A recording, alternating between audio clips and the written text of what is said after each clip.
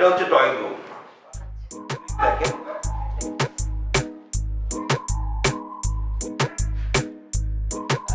সব আছে।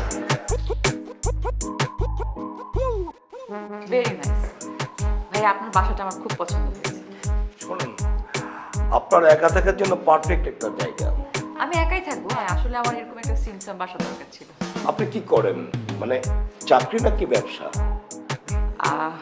জি, আমি আসলে মডেলিং করি, অভিনয় করি, আর সিনেমা তো টুকটাক অভিনয় করে থাকি। অভিনয় করেন?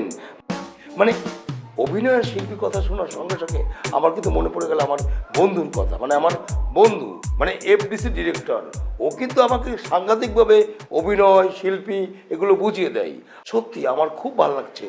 আপনি শিল্পী ও অভিনেত্রী, মানে আমার দারুণ ভালো লাগছে। শিল্পী এবং শিল্প আমি খুব পছন্দ করি। যাক, শুনে খুব ভালো লাগলো ভাই। আসলে যেই মানুষরা শিল্প এবং শিল্পীকে ভালোবাসে তারা আসলে খুব ভালো মানুষ।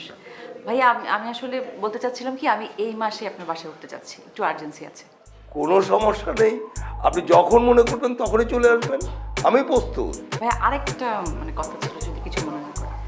আসলে আমি তো অভিনয় করতে হলে অনেক সময় লেট নাইট শুটিং হয়ে থাকে, তখন বাড়ি ফিরতে অনেক লেট হয়।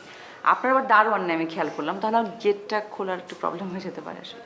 শুটিং থেকে ফিরে আপনি সরাসরি আমাকে ফোন করবেন, আমি নিজে এসে গেট খুলে দেবো, নো প্রবলেম।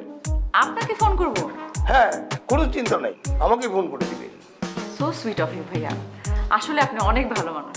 ভাইয়া, আমি আসলে এই মাসে উঠতে চাচ্ছিলাম আপনার বাসাতে। আপনার যখন খুশি হবেন, ঠিক আছে, সব ধরনের হেল্প করবো।